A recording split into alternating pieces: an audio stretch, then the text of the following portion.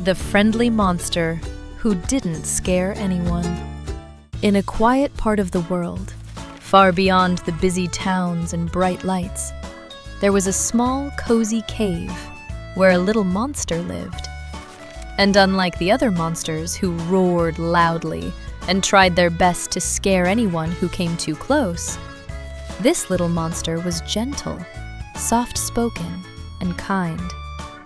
While the big monsters practiced their scary faces and deep growls, he would sit quietly at the edge of the cave, watching the world with curious eyes, wondering why scaring others was so important to everyone else. Because every time he tried to be frightening, something inside him felt wrong, as if he was pretending to be someone he was not. Instead of chasing people away or hiding in the shadows, he liked to collect shiny stones, listen to the wind echo softly through the cave, and imagine what it would be like to have a friend rather than someone to scare. And as the night would fall and the other monsters would head out to practice being terrifying, the little monster stayed behind, looking up at the stars and quietly wishing that one day he might find a place where being kind was not something strange, but something that made him belong. One evening, as the sky turned dark and the other monsters gathered at the entrance of the cave, it was time for everyone to go out and practice being as scary as possible, just like they did every night. And the little monster was called to join them. The older monsters showed him how to roar loudly, how to stretch his arms wide, and how to make big, frightening faces that would send anyone running away. And although he tried to copy them, his roar came out soft and wobbly, more like a quiet hum than something truly scary. And instead of looking fierce, his face only made the others laugh, their deep voices echoing through the cave as they told him he needed to be louder, stronger, and much more frightening. Wanting to fit in, the little monster tried again, pushing himself harder each time. But no matter what he did, it never felt right, as if he was wearing a mask that did not belong to him. And the more he tried, the more confused he became, wondering why something so natural for the others felt so difficult for him. And as the night went on, he slowly stepped back, his shoulders lowering, feeling smaller than ever, unsure if he would ever become the kind of monster everyone expected him to be. Later that night, wanting to prove to himself that he could be just like the others, the little monster wandered away from the cave and into the quiet forest, determined to try one more time on his own. And as he walked beneath the tall trees, he practiced his roar again and again. But each time, it came out soft and unsure, fading quickly into the night. Suddenly, he noticed a small movement nearby, a tiny creature hiding behind a bush. And thinking this was his chance, he stood up tall, took a deep breath, and tried his very best to look scary.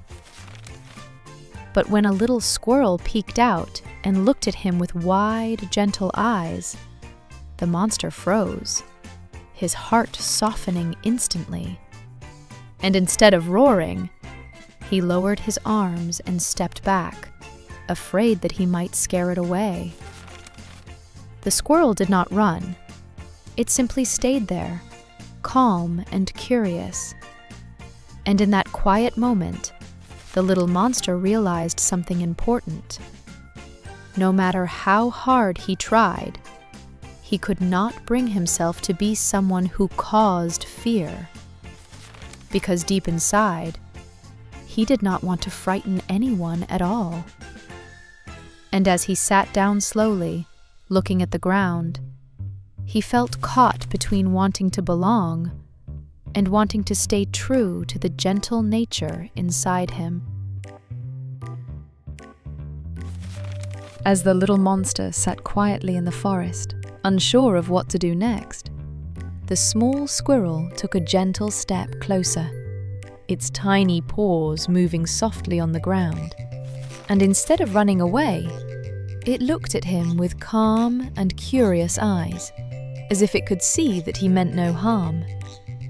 The little monster hesitated, then softly admitted that he was supposed to be scary, but he did not want to be, because it did not feel right in his heart. And the squirrel listened carefully before giving a small, friendly smile, as if to say that being kind was not something to hide, but something special. Just then, a little bird landed on a branch above them, chirping happily, and instead of flying away, it stayed, as if it too felt safe near him. And in that quiet moment, surrounded by animals who were not afraid, the little monster began to understand something new. That the world did not need another scary monster. It needed one who could be gentle and kind. And as that thought settled inside him, the heaviness he had been carrying slowly began to fade, replaced by a warm and peaceful feeling he had never felt before. From that moment on, the little monster stopped trying to be someone he was not, and instead chose to follow the gentle voice inside his heart, walking through the forest not as something to be feared, but as something kind and calm. And wherever he went, the animals no longer ran away.